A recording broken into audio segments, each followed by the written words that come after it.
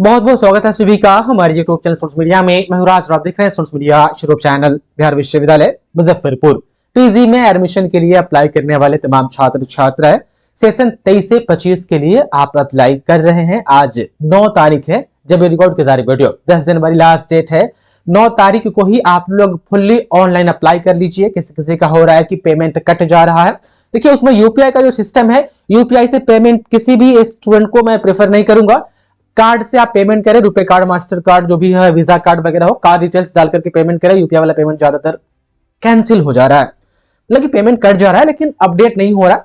और किसी किसी का हो रहा है तो 24 घंटे में वो अपडेट हो रहा है, थोड़ा समय लग जा रहा है। इसलिए जो भी स्टूडेंट पीजी में एडमिशन के लिए बिहार विश्वविद्यालय में अप्लाई करना चाहते हैं 9 तारीख तक ही कर ले, ताकि यदि पेमेंट वगैरह फेल भी होता है तो 10 तारीख तक वो अपडेट हो जाए। अब बात मेरिट लिस्ट कब आएगी और एडमिशन के समय कौन कौन से डॉक्यूमेंट्स तमाम स्टूडेंट आपके पास होना चाहिए ताकि किसी भी प्रकार की दिक्कत ना हो, बात करेंगे इस वीडियो में। मेरिट लिस्ट के बारे में जो है स्टूडेंट कोई ऑफिशियल जानकारी शेयर नहीं किया गया है कि हाँ हम मेरिट लिस्ट कब जारी करेंगे। पिछली मरतबा जब 22 से 24 में एडमिशन हुआ था तो एडमिशन के समय ही सारी जो है कि डिटेल्स दे दी गई थी यूनिवर्सिटी की तरफ से, लेकिन इस बार जो नोटिफिकेशन जारी किया गया उसमें सिर्फ ऑनलाइन आवेदन के डेट को मेंशन किया गया, बाकी कुछ नहीं। तो ये अभी कंफर्म नहीं है। 10 तारीख समाप्त होने के बाद अब यूनिवर्सिटी बताएगी कि कब लिस्ट जारी करेंगे, तब पता चलेगा। तो अभी ये कंफर्म नहीं है। उसके बाद मेरिट लिस्ट जो है कि आपका ऑनर सब्जेक्ट बेस पर जारी होता है। आपका जो नाम है वो बहुत सारे यहाँ पर फैक्टर है कि आपके ऑनर्स में कितने जो है कि नंबर्स है, उसके बाद से उस ऑनर्स सब्जेक्ट से कितने छात्र छात्राओं ने अप्लाई किया है, यूनिवर्सिटी में पर्टिकुलर उस ऑनर्स में कितनी सीटें हैं, ये सभी देख परख करके तब मेरिट लिस्ट जारी की जाती है। तो एक कह देना कि हाँ इतना मार्क्स आपका है तो लिस्ट में नाम आ जाएगा, ये कहीं ना कहीं ये ठीक ठाक डेटा नहीं होगा। इसलिए मैं कोई एक्सपेक्टेड जो है कि कट ऑफ मैं आपको नहीं बता पाऊंगा, क्योंकि बताने के बाद बहुत इधर से उधर हो जाता है। वो डिपेंड करता है कि कितने छात्र छात्राओं ने अप्लाई किया है, कितनी सीट है पर्टिकुलर उस सब्जेक्ट में। तो मेरिट लिस्ट आएगी तो देखेंगे, लेकिन तमाम स्टूडेंट ये सारे डॉक्यूमेंट्स आप कम से कम रेडी रखिए कि आपका लिस्ट में नाम आए तो बस कॉलेज आपका अलाउड हो, उस पर्टिकुलर कॉलेज में जाकर के या डिपार्टमेंट में जाकर के आप एडमिशन ले ले।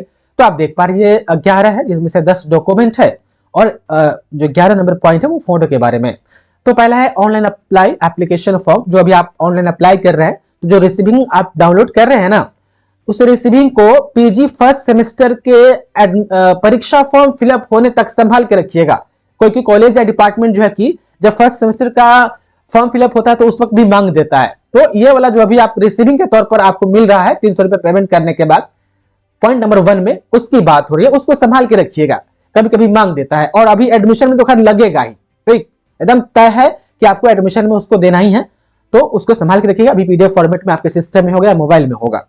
दूसरा, या आपने साइबर कैफे से ऑनलाइन करवाया होगा तो आपने रिसीव किया होगा हार्ड कॉपी में, जेरॉक्स करवाया होगा, तो उसको संभाल के रखिएगा।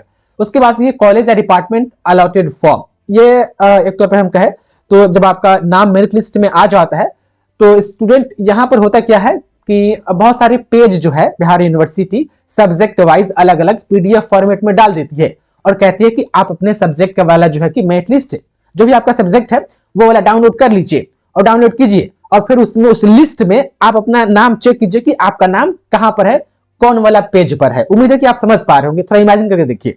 तो जिस पेज पर आपका नाम होगा मेरिट लिस्ट आने के बाद, मतलब कि आप सिलेक्ट हो जाएंगे किसी कॉलेज के लिए या डिपार्टमेंट में एडमिशन के लिए, तो उस पेज का जेरॉक्स करवाना होगा एडमिशन के समय, वो भी लगाना होगा ताकि पता चले कॉलेज या डिपार्टमेंट को कि हाँ इनका नाम इस सब्जेक्ट में इतने नंबर पर आ गया हुआ है, ये सिलेक्टेड स्टूडेंट है। तो हम और भी क्लियर करेंगे जब लिस्ट आ जाएगी, तो फिलहाल मोटा मोटी आप समझिए। तो ये 2 चीज हो गई।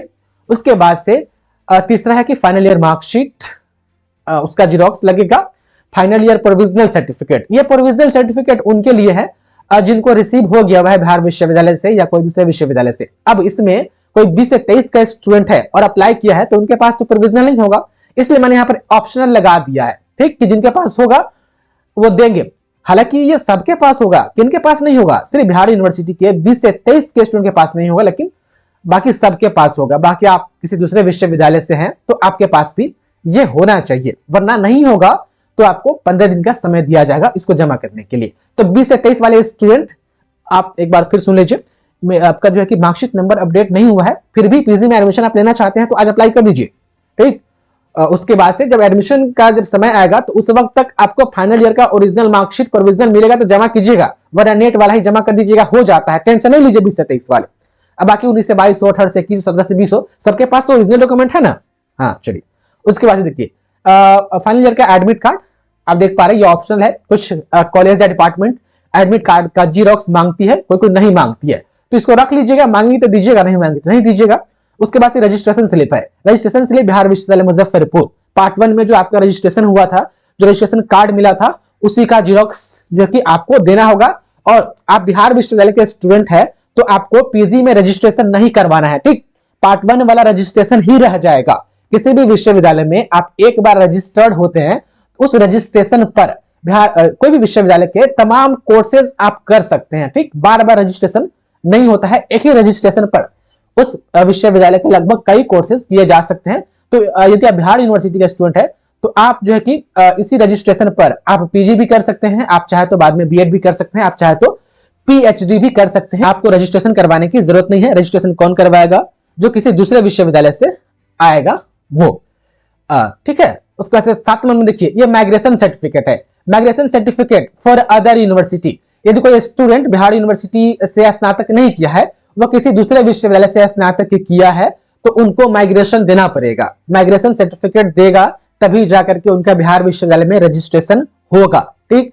आप बिहार यूनिवर्सिटी के स्टूडेंट है, स्नातक आपने यहीं से किया है, कभी भी किया है, तो आपको माइग्रेशन देने की जरूरत नहीं है, ठीक। उसके बाद से कॉलेज लिविंग सर्टिफिकेट जो सीएलसी है स्नातक वाला, वह सीएलसी आप दीजिएगा, सीएलसी। अच्छा, कुछ स्टूडेंट कहेंगे कि सर मैंने तो ग्रेजुएशन के बाद पहले पीजी नहीं किया, बीएड कर लिया, तो बीएड वालों ने मेरा सीएलसी ले लिया, तो हम कहां से देंगे? तो ठीक है, स्नातक वाले ने सीएलसी ले लिया, बीएड वाला तो सीएलसी होगा, जहां से आपने बीएड किया है वहां से भी तो सीएलसी मिलता ही है। तो जिसके पास स्नातक वाला सीएलसी नहीं है और उन्होंने बीएड किया है, तो बीएड वाला सीएलसी दीजिएगा, ठीक। उससे आपका एडमिशन हो जाएगा, टेंशन नहीं लेने का। फिर आधार कार्ड है, उसके बाद से कास्ट सर्टिफिकेट है, जिन पे लागू होगा वो देंगे, जिन पे नहीं लागू होगा वो नहीं देंगे। मतलब कि रिजर्व कैटेगरी वाले स्टूडेंट का क्या जो है कि कास्ट सर्टिफिकेट नहीं लगेगा उनका। और 2 पासपोर्ट साइज फोटो और एक एडमिशन फॉर्म। जब डिपार्टमेंट या कॉलेज में जाइएगा तो वहां पर एक मतलब कि सिलेक्ट होने के बाद वहां पर आपको एडमिशन फॉर्म देगा, उसको भर करके और उसके साथ ये सारा डॉक्यूमेंट लगा करके और डिपार्टमेंट या कॉलेज वहां से वेरिफिकेशन करवा करके काउंटर पर जमा कर दीजिएगा। जो फी होगा फी दीजिएगा, रसीद मिल जाएगा, एडमिशन हो जाएगा। हालांकि ये सब डॉक्यूमेंट आपको उस वक्त वेरिफिकेशन भी वेरीफाई भी करवाना पड़ेगा। तो स्टूडेंट आप देख पा रहे हैं एडमिशन के समय ऊपर दिए गए सारे डॉक्यूमेंट्स का ओरिजिनल एवं फोटोकॉपी दोनों फॉर्मेट में आपको जो है कि लेकर के जाना है। तो सभी ओरिजिनल भी ले जाएंगे और उनका एक सेट जीरोक्स भी करवा लीजिएगा, ताकि वो जीरोक्स ले ले और आपका जो ओरिजिनल डॉक्यूमेंट है उससे यूनिवर्सिटी हो या डिपार्टमेंट हो या कॉलेज जहां पर भी आपका सिलेक्शन होगा वो आपका वेरीफाई कर ले। इस बात का ध्यान रखिएगा। अब कहिएगा पार्ट 3 वाले 20 से 23 वाले कि सर फिर हम कहां से वेरीफाई करवाएंगे?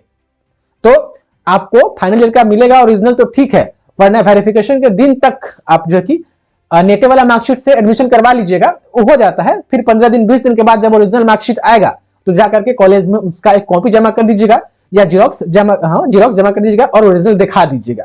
कॉलेज मान जाती है, डिपार्टमेंट मान जाती है, क्योंकि ये तो घर की बात है ना। 20 से 23 के स्नातक के स्टूडेंट बिहार यूनिवर्सिटी के ही है और इसी में पीजी में एडमिशन ले रहे हैं, ओरिजिनल डॉक्यूमेंट नहीं मिला अभी तक के मार्कशीट, ये किसकी गलती है? यूनिवर्सिटी की गलती है।